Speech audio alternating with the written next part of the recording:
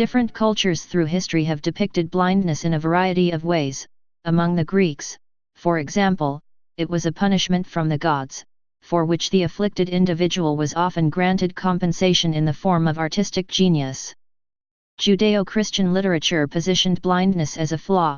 Only through a cure could God's love be made manifest, when the scales would fall away from the eyes of an afflicted individual upon contact with a holy man or relic. Almost without exception in early literature, blind people could bring this condition down upon themselves through sin or trespasses against the gods, but were never the sole instruments of its reversal. Blind people in literature written by visually able authors.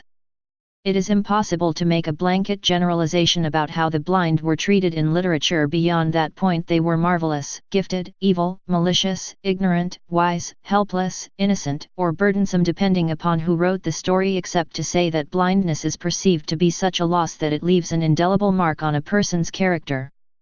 Even pioneers in training the blind, such as Dorothy Harrison Eustace, harbored negative stereotypes about them. Blind people had, in her opinion, grown so accustomed to waiting on others as to be passive and whiny. Father Thomas Carroll, who founded the Carroll Center for the Blind, wrote Blindness, What It Is, What It Does and How to Live With It in 1961. In it, he characterized blindness in terms of 20 losses, and as the death of the sighted individual. In Momoko Monogatari, Junichiro Tanizaki retells the well-known tale of Oda Nobunaga and Toyotomi Hideyoshi from the perspective of a blind servant. The character is portrayed as demonstrating a number of traditional Japanese virtues, but ultimately falls prey to his own human flaws. The Country of the Blind, a short story by H. G. Wells, is one of the most well-known stories featuring blind characters. A sighted man finds himself in a country that has been isolated from the rest of the world for centuries, wherein all the inhabitants are blind even as their ancestors had been. These people are depicted as self-sufficient, having developed their other senses, but they are ultimately closed-minded and insular to the point of xenophobia. As they themselves have no sight, they wish to deprive the traveler of his own eyes in this allegorical tale of stagnation. All the Light We Cannot See, a Pulitzer Prize-winning novel by Anthony Doerr, tells the story of Marie-Laure Leblanc, a young girl who has gone completely blind due to cataracts at the age of 6. She keeps her mind sharp with intricate puzzle boxes, which her father carves for her, and Braille novels.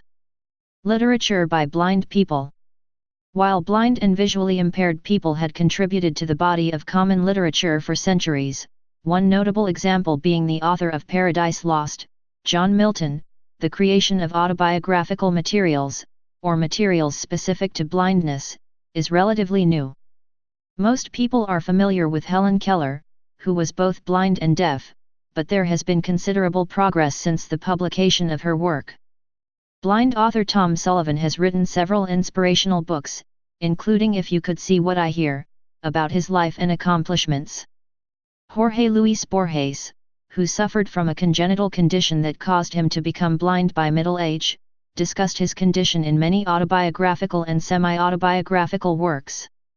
Stephen Kuzisto wrote about his experiences as a visually impaired person in Planet of the Blind, and his upcoming memoir, Eavesdropping, A Life by Ear.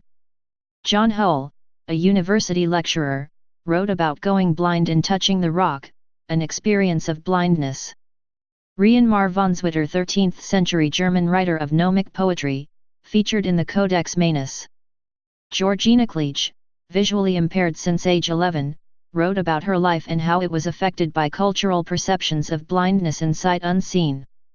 Sally Hobart Alexander became blind when she was about 25 and a schoolteacher, during the 1970s, because of an eye disease.